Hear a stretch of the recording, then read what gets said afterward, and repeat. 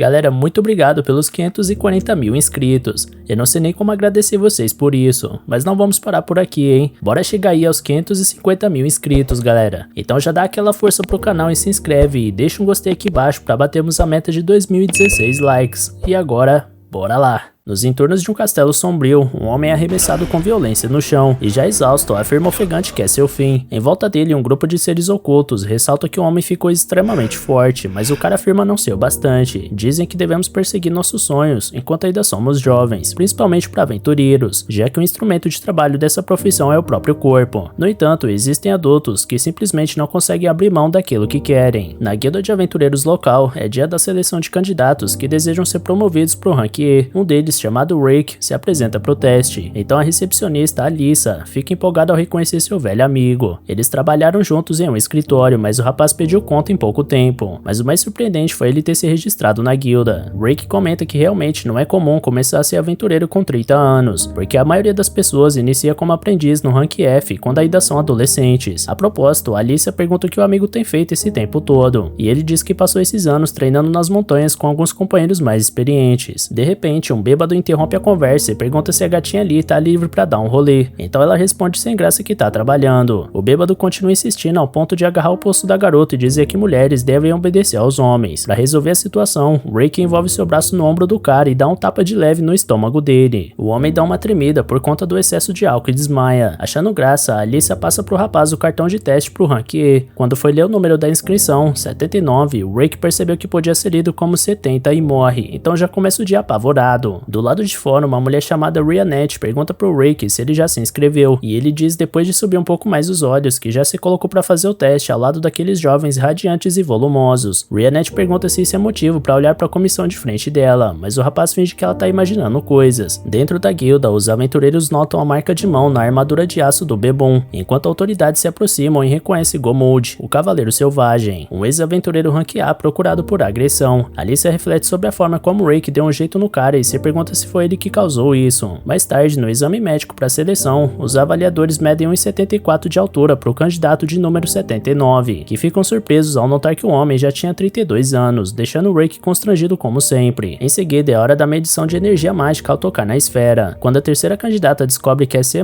todos em volta ficam impressionados, até que o Rick é chamado. Após certa expectativa, a esfera dá uma estalada patética e avalia o aventureiro com F-, provocando a risada dos candidatos em volta, que nunca viram alguém com uma energia mágica tão baixa. Curiosamente, após a partida de Rick, a esfera racha. Depois se inicia o teste de força bruta, onde os selecionáveis devem direcionar toda sua força em um único golpe. O saco de slime absorve qualquer tipo de ataque, portanto, o pessoal não precisa se conter. Ao escutar isso, Rick se lembra dos treinos da montanha, onde seu tutor ensinava que não importa a magia ou arma que você esteja usando, o corpo sempre será a base de tudo. Portanto, se o homem conseguir destruir esse saco de slime dourado com as próprias mãos, saberá que construiu um corpo em que pode confiar. Rick argumenta que não é capaz de destruir algo tão resistente, mas o instrutor explica que isso é apenas o básico. Então destrói o saco com facilidade e afirma poder fazer isso com 200 desse de uma vez só. Dito isso, Rick começou seus treinos no slime dourado com 50 mil socos por dia, e sente na pele o inferno que foi aquele tempo. Logo o teste começa e o primeiro candidato impressiona ao usar uma magia de fortalecimento em um chute. O segundo era um filho de duque metido e vaidoso, que dizem ter apenas 11 e uma magia equivalente ao rank C, uma típica criança prodígio. Então, lá vai o garoto conjurar uma magia ao recitar uma poesia inteira. Com uma grande energia emanando em volta do seu corpo, ele lança a magia de terceira natureza composta, eliminação de chamas. Assim, uma bolinha de fogo ridícula parte em zigue-zague até o saque se desfaz nele. O avaliador fica impressionado com a genialidade do jovem, enquanto Rick se lembra que também teve lições de magia de terceira natureza composta de calor. Na ocasião, a instrutora arremessou uma esfera em chamas capaz de arruinar uma montanha inteira. Após outros candidatos terem sua vez, o inscrito número 79 é convocado para o teste. Antes de começar, um dos avaliadores ressalta que o Rick não pode esperar muito crescimento da sua magia nessa idade, porque o correto é começar a prática desde jovem. A conclusão do avaliador é que o Rick deveria desistir. Sentindo a pressão dos olhares em volta, ele sabe que deveria fazer exatamente isso, mas ainda assim, sua chama interna continua viva como nunca. Certo dia, treinando socos no saco de slime, apesar dos seus punhos sangrarem absurdamente, ainda faltavam 30 mil socos para a cota do dia. Então o professor recomendou que o rapaz parasse demorasse, mas ele continua até o final. Por fim, ele sabe bem que começou muito mais tarde do que os outros, mas sua crença de que ele pode recuperar o tempo perdido é maior que tudo. Com esse sentimento, ele desfere um soco que devasta o saco de slime. O pivete filho de Duke resmunga que o cara tá roubando a atenção que devia ser pra ele, mas garante que vai dar o troco no teste de magia defensiva, que é sua especialidade. Mais tarde, no teste de magia defensiva, Rick consegue se defender contra uma magia da quarta natureza, composta, que o moleque não conseguiu, e a essa altura todos estavam de boca aberta perante o candidato número 79. Feito isso, o avaliador avisa que vai subir um nível e usar a quinta natureza composta, porém o cara explica que só consegue chegar até a primeira natureza composta, então o instrutor acredita tá sendo subestimado e pretende não se segurar nesse próximo ataque. Logo ele conjura um ciclone de choque, feitiço de nível 5, e os demais aventureiros ficam sem acreditar no resultado disso. Sylvester Elcernia, cavaleiro de primeira classe do reino, escuta o estrondo de longe e vai procurar saber a causa disso, porque uma explosão desse tamanho não deveria estar em teste. Ao saber o que aconteceu, Lord Sylvester acha que estão fazendo algum tipo de piada com ele, porque rank F nenhum é capaz de fazer o que foi dito. Então, ele lê a ficha do candidato 79, Rick Gladiator, de 32 anos, e fica pasmo com a idade do cara. Pelo que consta, Rick trabalhou por 14 anos como recepcionista na filial da guilda Tiger Road 5.